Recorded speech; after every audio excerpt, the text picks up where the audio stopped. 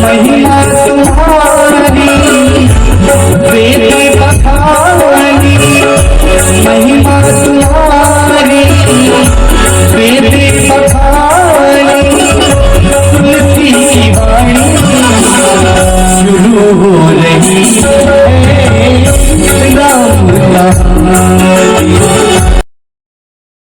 क्षेत्र के मैदान में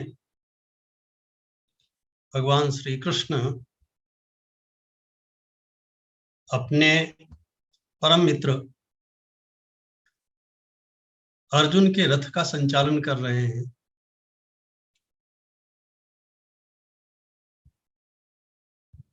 और अर्जुन को धर्म का उपदेश भी कर रहे हैं।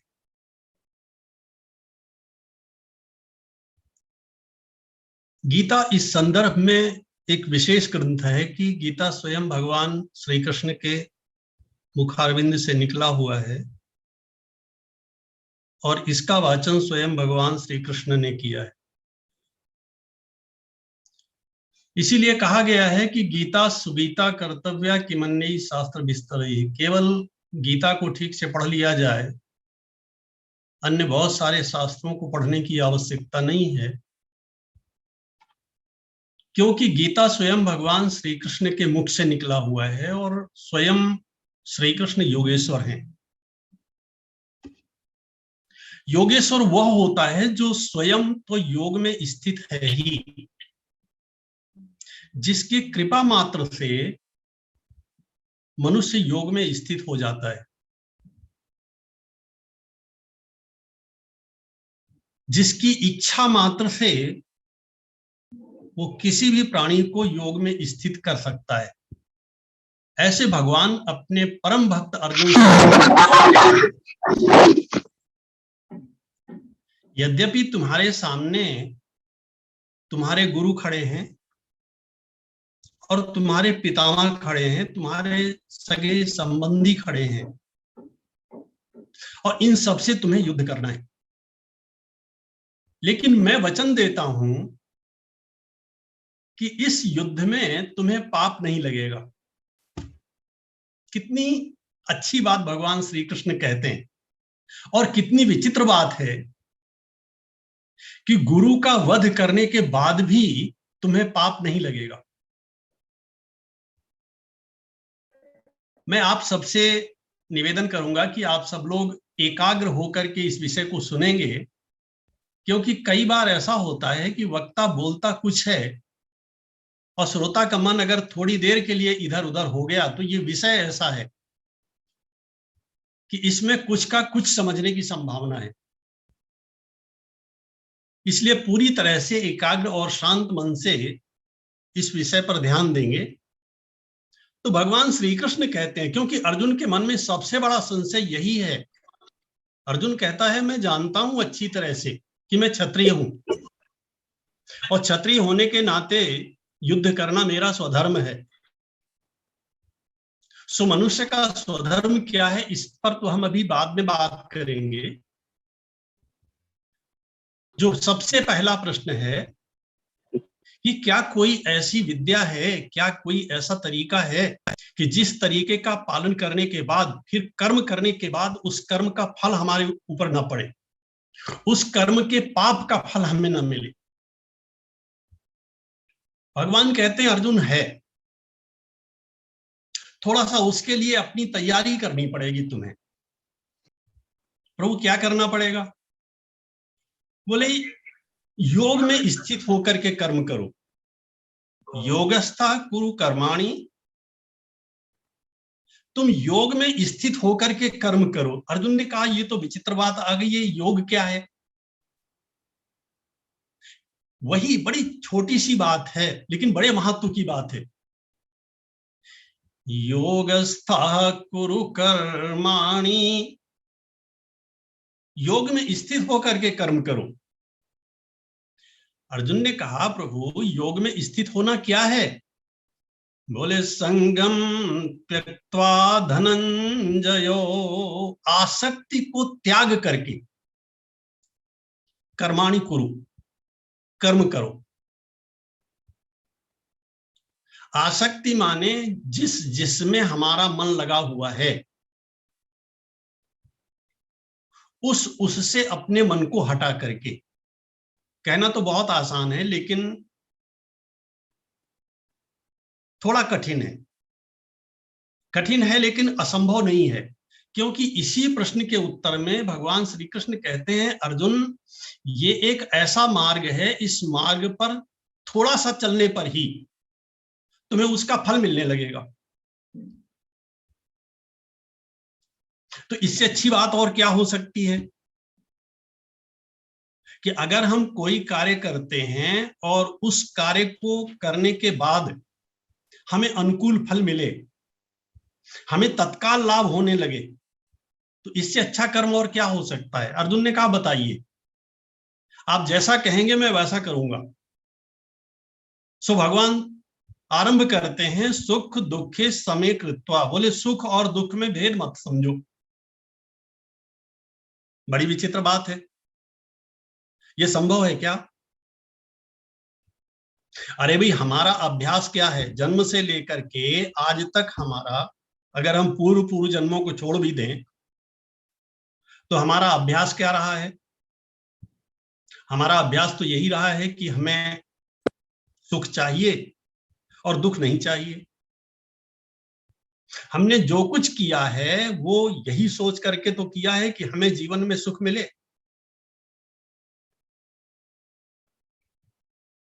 तो सुख के साथ हमारा स्वाभाविक संबंध है, और भगवान कहते हैं सुख दुख तो छोड़ना ही है, दुख तो छोड़ने की इच्छा सबकी रहती है, लेकिन अर्जुन तुम सुख को भी छोड़ो। चलो छोड़ देते हैं, लेकिन एक बात बता दीजिए कि सुख को क्यों छोड़े? बोले सुख को इसलिए छोड़ो कि यह सुख तुम्हें बांधता है। सुख हमारे मन को बांधता है और हमारी बुद्धि को बांधता है। किससे बांधता है? बोले जड़ वस्तुओं से बांधता है।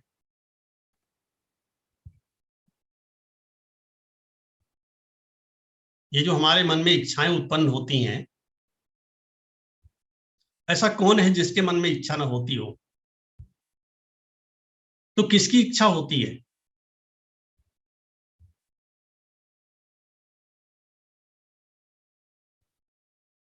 जिन जिन वस्तुओं की इच्छा होती है सो वे सभी वस्तुएं जड़ हैं। आप मुझे एक वस्तु वो बता दीजिए जो चेतन हो और जिसकी इच्छा हमारे अंदर होती हो। होती भी नहीं है और हो भी नहीं सकती, क्योंकि चेतन केवल एक है और वो सबके अंदर है। जैसे सूर्य एक है और पृथ्वी पर 1000 घड़े रख दिए जाएं या 1,00,000 घड़े रख दिए जाएं या 1 करोड़ घड़े रख दिए जाएं, आप घड़े बढ़ाते जाइए और उन घड़ों में जल भरा हुआ है, तो सूर्य का प्रतिबिंब हर घड़े के अंदर आपको दिखाई पड़ेगा और ऐसा लगेगा कि इतने सारे घड़े हो गए। क्या वास्तव में इतने सारे घड़े हो गए? उनमें से कोई छोटा हो सकता है, कोई बड़ा हो सकता है। घड़ा अलग अलग वस्तुओं का भी हो सकता है, कोई मिट्टी का हो सकता है, कोई तांबे का हो सकता है, कोई चांदी का हो सकता है, सोने का भी हो सकता है। मिट्टी भी अलग अलग प्रकार की हो सकती है, उसके अंदर भरा हुआ जल भी अलग अलग प्रकार का हो सकता है, कोई नदी का हो, कोई समुद्र का हो, कोई कुएं का हो। लेकिन उन सभी घड़ों के अंदर जो प्रतिबिंब है वो तो एक ही प्रकार का है और एक ही सूर्य का है। सो जिस प्रकार से एक ही सूर्य अलग अलग घड़ों के अंदर दिखाई देता है, एक ही सूर्य का प्रतिबिंब सभी घड़ों के अंदर होता है, उसी प्रकार से ये जो हमारा आपका शरीर है, ये क्या है? ये हमारे आपके शरीर घट के जैसे ही हैं, घड़े के जैसे ही हैं। इन घड़ों के अंदर वह जो चेतन दिखाई देता है, वह जो चेतना है, वह चेतना एक ही है।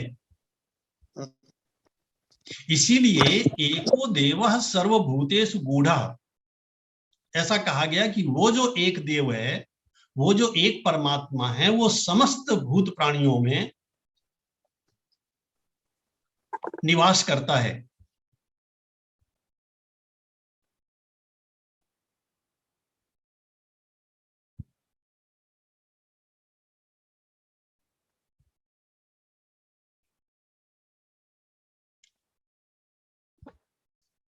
पटेल साहब, आपके हाथ में नहीं है इसका संचालन, लगता है। नहीं नहीं, असल में महाराज जी कुछ लोग लगातार जुड़ते जा रहे हैं और उसको तुरंत म्यूट किया जा रहा है। संचालन मैं ही कर रहा हूँ। जी जी ठीक है। जी जी जी जी। तो सबसे बड़ी समस्या ये है कि ये जो हमारे मन में सुख पाने की इच्छा है, इसे हम क्यों छोड़ें?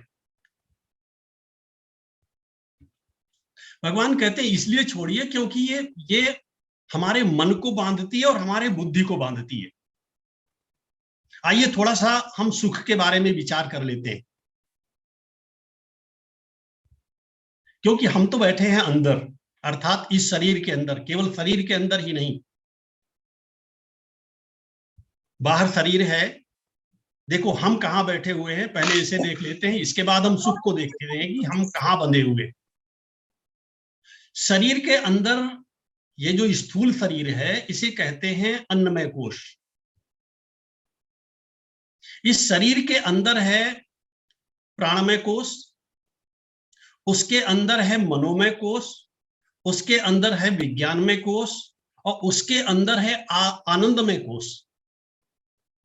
उसके अंदर हम बैठे हुए हैं, माने हमारा जो चेतन है वो बहुत सुरक्षित है। जैसे एक किले के अंदर बैठे हुए व्यक्ति का कोई कुछ नहीं बिगाड़ सकता,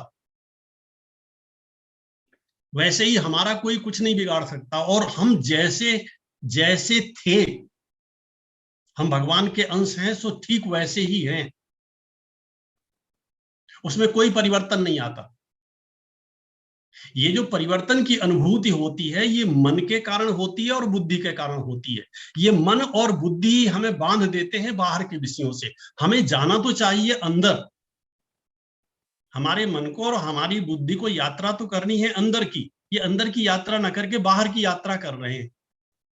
सो किसकी यात्रा कर रहे हैं? क्योंकि इन्हें ऐसा लगता है कि सुख बाहर है। जैसे हिरण को ये भ्रम होता है कि दूर सूर्य की किरणों में जल है, जल होता नहीं है, वो भागता है।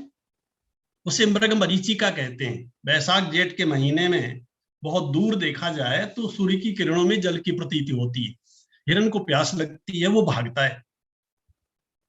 जितना दूर जाता है उसे वह जल उतना ही दूर दिखाई देता है।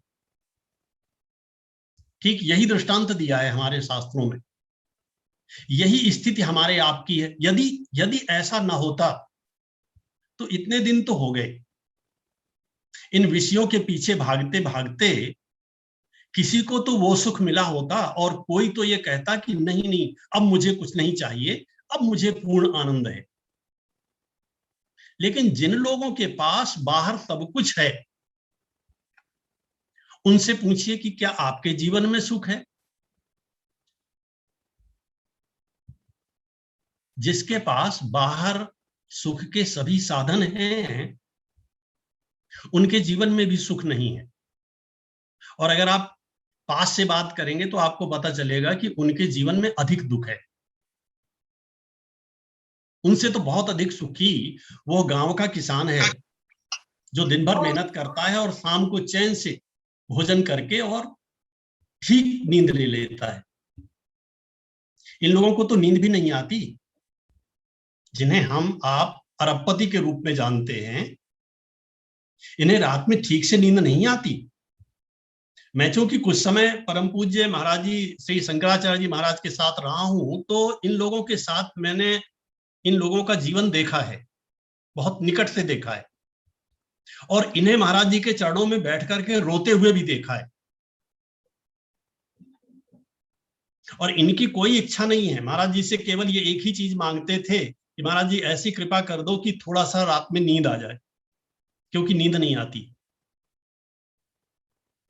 महाराज जी तो स्थित थे, स्वामी स्थित थे, उनके ऊपर कोई प्रभाव नहीं पड़ता था, वो मुस्कुराते रहते थे। एक आध बार मैंने उनसे पूछा, मैंने कहा महाराज जी आपका शिष्य आपके चरणों में बैठ करके रो रहा है और आप मुस्कुराते रहते हो। बोले उसने पाप किया है तो उसका फल वो भोग रहा है, मैं क्यों रोऊं?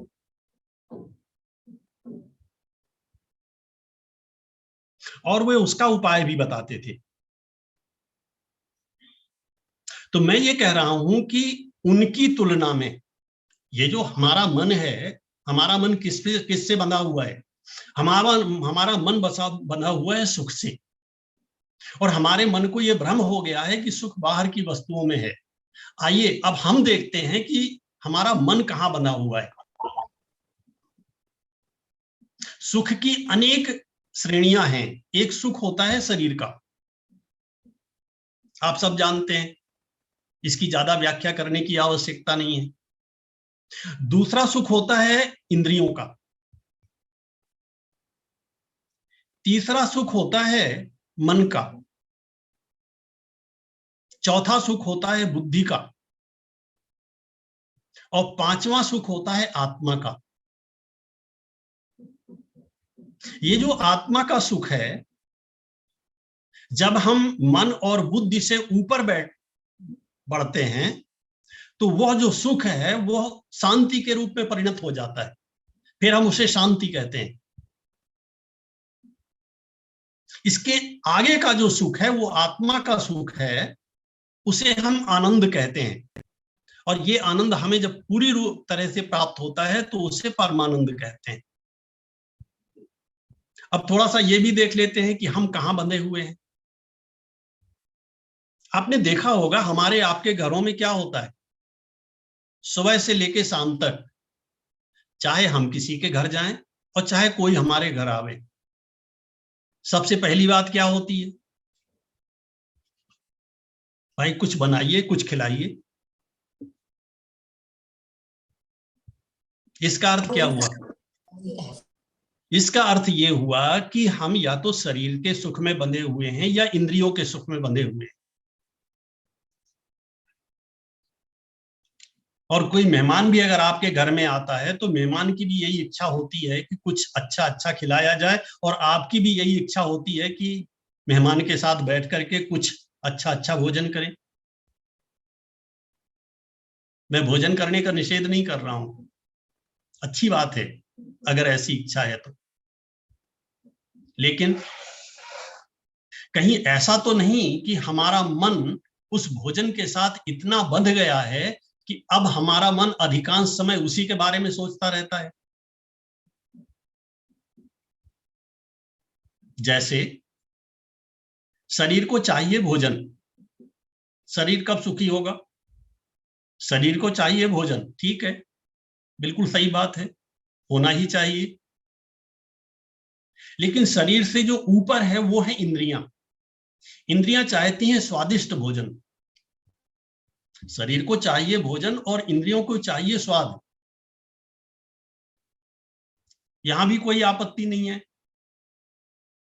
लेकिन कहीं ऐसा तो नहीं है कि इंद्रियों के स्वाद में हम इतना बंध गए हैं, इतना बंध गए हैं कि सुबह के नाश्ते के समय ही हम ये निश्चय करने लगते हैं कि दोपहर के भोजन में क्या बनेगा,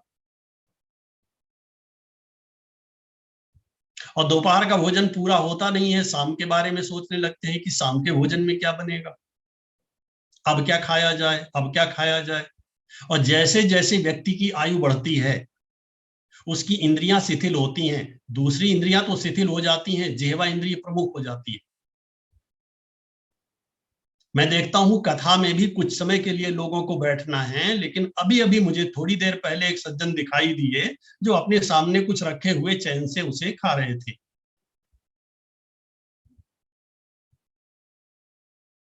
मैं इसका निषेध नहीं करता, 24 घंटे का समय मिलता है, खूब प्रेम से खाइए, क्या क्या क्या मना है, यहां भी खाइए, मेरे ऊपर क्या फर्क पड़ने वाला है।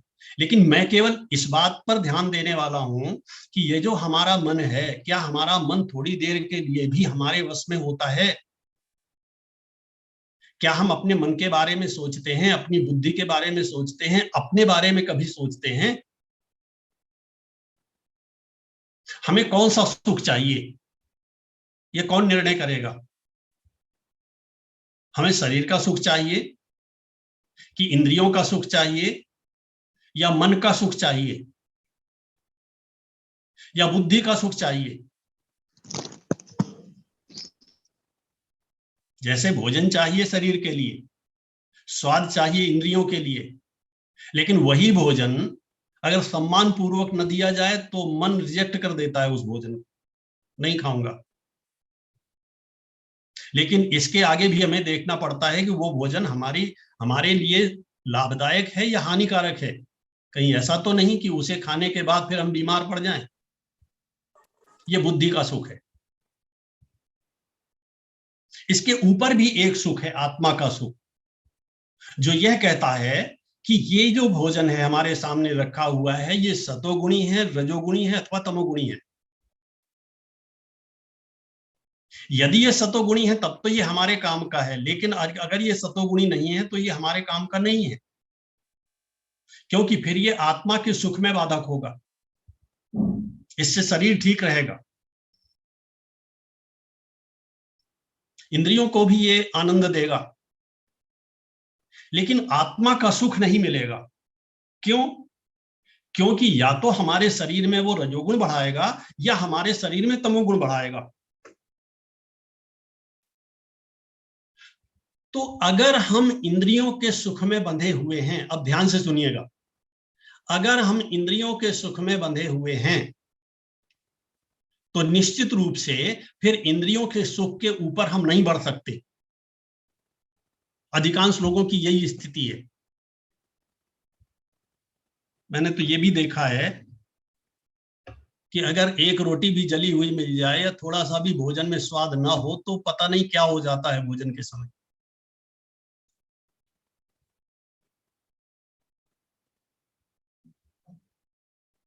ये बंधन कैसा विचित्र है। सो एक सुख है बाहर का, ये अभी तक मैंने जिनकी गिनती किया है ये सारे के सारे सुख हैं बाहर के। और महाभारत में ऐसा लिखा हुआ है कि यच्च काम सुखम लोके, ये जो बाहर के सुख हैं इनमें सबसे बड़ा सुख माना जाता है काम सुख। अब काम सुख की व्याख्या आप दोनों तरह से कर सकते हैं। इसे आप काम के रूप में भी ले सकते हैं और कामना के रूप में भी ले सकते हैं। माने बाहर का सुख क्या है कि हमारी इच्छाओं की पूर्ति हो जाए, बस पर्याप्त है। जो जो हमारे मन को चाहिए, जो जो हमारी बुद्धि को चाहिए वो सब हमें मिल जाए, हम सुखी हैं। बाहर के सुख की यही परिभाषा है। लेकिन अंदर का सुख इससे अलग है। ये जो बाहर का सुख है ये नकली है, क्योंकि ये आता है और जाता है।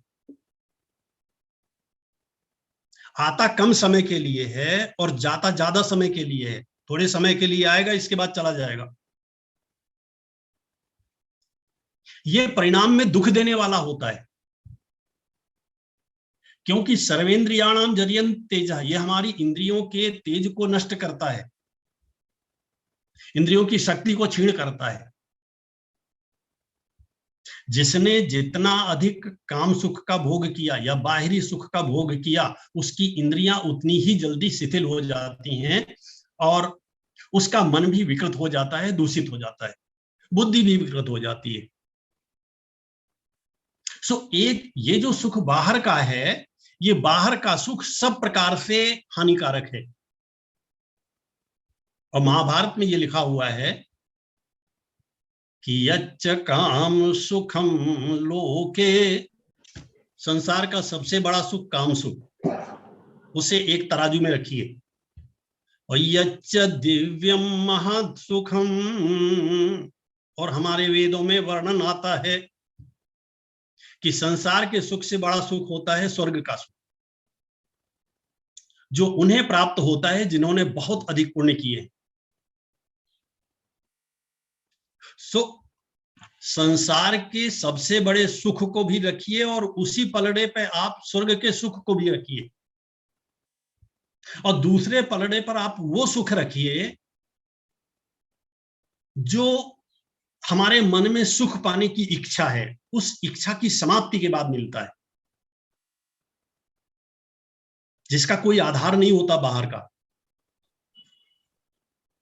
बाहर का कोई साधन नहीं होता उस सुख में, क्योंकि वो अंदर से मिलने वाला होता है। और सच पूछिए तो वो अंदर से मिलने वाला भी नहीं होता। क्यों नहीं होता?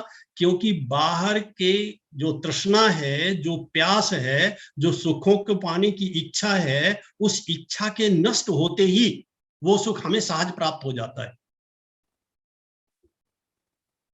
उसका नाम है शांति। माने हमारे जीवन में शांति तब आती है जब बाहर से किसी भी वस्तु को, किसी भी प्रकार के सुख को पाने की इच्छा हमारी समाप्त हो जाती है। भगवत गीता में लिखा है, भगवान कहते हैं, प्रजहाति यदा कामान सर्वान पार्थ मनोगतान। हे पार्थ, हे अर्जुन, जब मनुष्य अपने मन में रहने वाली समस्त इच्छाओं का विनाश कर देता है, मुझे कुछ चाहिए ही नहीं, ऐसा भाव उसके मन में बनता है। अर्जुन ने कहा तब क्या होता है? बोले तभी उस सच्चे सुख का उदय होता है, इसके पहले नहीं होता। और शास्त्रों में तो ये भी कहा गया है कि उस समय व्यक्ति के मन में इच्छा, मोक्ष की भी इच्छा नहीं होती है। यही स्थिति है श्री भरत जी की, जब वे कहते हैं कि धर्म न अर्थ न काम रुचि गति न चाहो निर्वाण। उन्हें धर्म भी नहीं चाहिए, अर्थ भी नहीं चाहिए, काम भी नहीं चाहिए और मोक्ष भी नहीं चाहिए। चार ही तो पुरुषार्थ हैं, धर्म, अर्थ, काम और मोक्ष। क्यों नहीं चाहिए? इसलिए नहीं चाहिए क्योंकि जब इन चारों प्रकार की इच्छाओं की समाप्ति हो जाएगी, वहीं से भगवत विषयक जो आनंद है, उस आनंद की हमें प्राप्ति होती है, उस सच्चे आनंद की प्राप्ति होती है। क्योंकि जब तक नकली में हमारा मन लगा रहेगा, तब तक हमें असली की प्राप्ति होगी ही नहीं।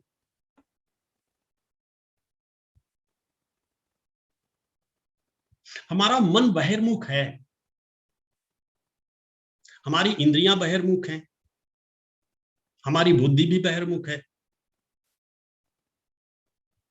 विशेष रूप से ज्ञानेंद्रियां हमारी बहिर्मुख हैं। बहिर्मुख माने बाहर के विषयों को सहज में ग्रहण करती हैं। आंखों से देखते रहिए, सब कुछ देखने का आनंद लीजिए, ठीक है, लेकिन जैसे ही आप नेत्र बंद करते हैं, घबराहट होने लगती है। क्यों? क्योंकि इंद्रियों को ब्रह्मा जी ने बहिर्मुख बनाया है। वेद का मंत्र है, परान चिखानि वितरण स्वयंभू तस्मात् परान पश्यति नान्तरात्मन। स्वयंभू ब्रह्मा ने हमारी इंद्रियों को बहिर्मुख बनाया है, इसलिए ये बाहर की ओर भागती हैं। वो ऋषि पूछता है वहां पर कि क्या सबकी इंद्रियां बाहर भागती हैं? बोले नहीं, सबकी नहीं। इसके लिए थोड़े से अभ्यास की आवश्यकता है। जिसने अपने जीवन में अभ्यास किया है, उसकी इंद्रियां बाहर की ओर नहीं भागती। कैसा अभ्यास किया है? जिसने इंद्रियों के बारे में ऐसा अभ्यास किया है, स्वयं अपने मन को समझाया है, अपनी इंद्रियों को समझाया है, अपनी बुद्धि को समझाया है। यही मैं एक बात और कहना चाहूंगा। देखिए, कोई कितना भी बड़ा विद्वान, भले ही श्री सुखदेव जी महाराज आकर के हमें उपदेश करें, लेकिन जब तक हम स्वयं अपने मन को उपदेश नहीं करेंगे, हम अपनी इंद्रियों को नहीं समझाएंगे, तब तक ये हमारा मन, ये हमारी इंद्रियां समझने वाली नहीं है। या तो सुखदेव जी जैसे ज्ञानी महापुरुष कृपा करें, उनकी कृपा से जीवन में तत्काल परिवर्तन हो, या भगवान की कृपा हो। तो या तो कोई बहुत बड़ा महापुरुष भगवान को प्राप्त महापुरुष या भगवान स्वयं जीव के ऊपर कृपा करें तो जीव का कल्याण हो, अन्यथा दूसरा कोई उपाय व्यक्ति के कल्याण का है नहीं। और यदि हमें कुछ करना है, हम कुछ कर सकते हैं, तो हमारे हाथ में केवल इतना है कि हम भगवान से प्रार्थना करें और स्वयं अपने मन को और अपनी बुद्धि को समझावें। गोस्वामी श्री तुलसीदास जी महाराज श्री रामचरितमानस में यही तो करते हैं। उनका मन जब थोड़ी देर के लिए इधर उधर भटकता है तो वे अपने मन को डांटते हैं और वो कहते हैं, सुन ही संतत सठ मना रे दुष्ट मन, तू गया कहां था, तू कथा को सुनता क्यों नहीं है ठीक से। किसी ने तुलसीदास जी महाराज से कहा, महाराज अपने मन को समझा रहे हो कि संसार के लोगों के लिए कथा लिखा है उन्होंने कहा, ना मैंने किसी के लिए नहीं लिखा है। वो पहले ही प्रतिज्ञा करते हैं, स्वांता सुखाय तुलसी रघुनाथ गाथा, मैं तो अपने आनंद के लिए लिख रहा हूं। और मुझे अपना आनंद कब मिलेगा? बोले सारा संसार सुन ले, उससे मुझे क्या मिलने वाला है। मुझे तो आनंद की प्राप्ति तब होगी जब मेरा मन सुनेगा, और जब मेरा मन सुनेगा तभी मेरा कल्याण होगा। सो अपने मन को समझाना है, मन को सुनाना है, यही है मनन, जिसके लिए श्रीमद् भागवत में प्रश्न किया गया कि सबका कल्याण क्यों नहीं हुआ। कथा तो सबने सुनी, सबके लिए विमान क्यों नहीं आया? बोले इसलिए नहीं आया कि सबने सुना तो, लेकिन मनन नहीं किया। जैसा मनन धुंधकारी ने किया, जैसा मनन महाराज परीक्षित ने किया, वैसा नहीं किया। सो यच्च काम सुखम लोके यच्च दिव्यम महत्सुखम, संसार में सबसे बड़ा सुख काम सुख, और स्वर्ग का सबसे बड़ा सुख, इन सारे सुखों को मिला दीजिए तो तृष्णा के क्षय होने के बाद, तृष्णा के विनाश के बाद जो हमें सुख प्राप्त होता है, उसके तो ये 16वीं कला के बराबर भी नहीं है। माने संसार का सबसे बड़ा जो सुख है वह उस सुख के स्थान पर जब हमारे मन में कोई इच्छा न रह जाए, उसके बाद जो हमें सुख प्राप्त होता है, उसका ये सारे के सारे सुख उसके सामने एक उसका 1/16 भी नहीं है। क्योंकि हमें सच्ची शांति की प्राप्ति तभी होती है। अभी कुछ विशेष नहीं मिलता, शांति के बाद हमें आनंद की प्राप्ति करनी है। आनंद की प्राप्ति के लिए जैसे जैसे हम अंदर की यात्रा करते हैं, अर्थात हमारा मन ध्यान में जाता है, हमारा मन समाधि में जाता है, वैसे वैसे हमें लाभ की प्राप्ति होती है। हम उस दिशा में जाएं, इसके लिए यही भगवान श्री कृष्ण अर्जुन से कह रहे हैं कि अर्जुन ऐसा अभ्यास करो। देखो अर्जुन से क्या कह रहे हैं, अर्जुन तो सरल है और उनका भक्त है, और जिस पर भगवान स्वयं कृपा कर रहे हैं तो उसका तो कल्याण होना सुनिश्चित है। सो अर्जुन के माध्यम से भगवान श्री कृष्ण हमें आपको सबको समझा रहे हैं कि सुख दुखे समय कृत्वा, ये सुख में और दुख में जब तक उलझे रहोगे तब तक तुम्हें उस परम तत्व की प्राप्ति नहीं होगी। लाभालाभ जया जयु, संसार में सबसे बड़ा लाभ हो जाएगा तो क्या मिल जाएगा, और सबसे बड़ी हानि हो जाएगी तो क्या हो जाएगी। बड़े से बड़ी वस्तु अगर संसार में मिल जाएगी तो उस सारी की सारी वस्तु को भी तो छोड़ करके ही जाना है यहां से। इस संसार का सबसे बड़ा आश्चर्य यही है, प्रत्येक व्यक्ति इस बात को जानता है कि यहाँ की जितनी जड़ वस्तुएं हैं उन सबको हम यहीं छोड़ करके जाएंगे। केवल मन का प्रशिक्षण और बुद्धि का प्रशिक्षण ही हमारे साथ जाएगा। हमें अपने मन को ठीक करना है, अपनी बुद्धि को ठीक करना है। यदि हमारा मन ठीक हो गया, हमारी बुद्धि ठीक हो गई, तो ये हमारा मन और हमारी बुद्धि हमारे साथ जाएंगे, क्योंकि ये सूक्ष्म शरीर में है। स्थूल शरीर तो यहीं जला दिया जाएगा, लेकिन जो हमारा सूक्ष्म शरीर है, जिसमें 5 ज्ञानेंद्रियां हैं, हमारा मन है और हमारी बुद्धि है, इस 7 तत्वों वाला जो सूक्ष्म शरीर है ये साथ में जाएगा। तो भगवान अर्जुन से कहते हैं, अर्जुन अपने मन को प्रशिक्षित करो, और मन को ऐसा प्रशिक्षित कर लो कि सुख और दुख में कोई भेद नजर ना आवे। यह जो एक बात है, अर्जुन ने कहा ऐसा करने से क्या होगा। मान लीजिए अगर ऐसा हो भी गया, सुख और दुख दोनों में कोई भेद की प्रतीति ना हुई और मेरा मन सम हो गया, दोनों में सम हो गया, तो भगवान कहते हैं उसी क्षण तुम्हें परम आनंद की प्राप्ति हो जाएगी। और एक बहुत बड़ा लाभ होगा, ये जो हमारा मन है सुख में अप होता है, दुख में डाउन होता है, माने दोनों ही स्थितियों में मन चंचल होता है। मन की चंचलता ही तो दुख है। मन का अचंचल होना, मन का स्थिर होना सबसे बड़ा सुख है, और मन का चंचल होना यही दुख है। ये जो मन की चंचलता है ये सुख की अवस्था में भी होती है, दुख की अवस्था में भी होती है। जब दोनों ही स्थितियों से विरत होकर के हमारा मन सम स्थिति में हो जाएगा, यही है समत्व योग, जिसे गीता में कहा गया समत्वम योग उच्यते। जो मन की समता है, मन पर कोई प्रभाव ना पड़े, हम हैं अंदर और परिस्थितियां हैं बाहर, बाहर की परिस्थितियां बाहर बनी रहें, हम अपने अंदर बैठे रहें। यह जो अभ्यास है, हम तो सुरक्षित हैं, हम जैसे हैं हम वैसे बने रहें, हमारे ऊपर इसका बाहर की वस्तुओं का कोई प्रभाव ना पड़े, क्योंकि हमारा मन है दर्पण के जैसा। तुलसीदास जी महाराज ने भी मन की तुलना की तो दर्पण से किया, और कबीरदास जी आदि जो संत हैं वे भी अगर मन की तुलना करते हैं तो मेरा मन दर्पण कहलावे, ऐसा कहकर के वे भी मन की तुलना दर्पण से करते हैं। तो बाहर जो जो कुछ है, जब हमारा मन बहिर्मुख रहेगा, इंद्रियों के साथ जुड़ा रहेगा, बहिर्मुख हो मन और मन पर उसका प्रभाव न पड़े, ये हो नहीं सकता। हमारा मन और हमारी बुद्धि ये दोनों अंतर्मुख हो तो ही हमारा कल्याण हो। अब ये दोनों अंतर्मुख कैसे होंगे, इस पर चर्चा हम कल करते हैं, क्योंकि आज का समय यही समाप्त होता है। हरि ओम। बोलिए सियावर राम, बोलिए।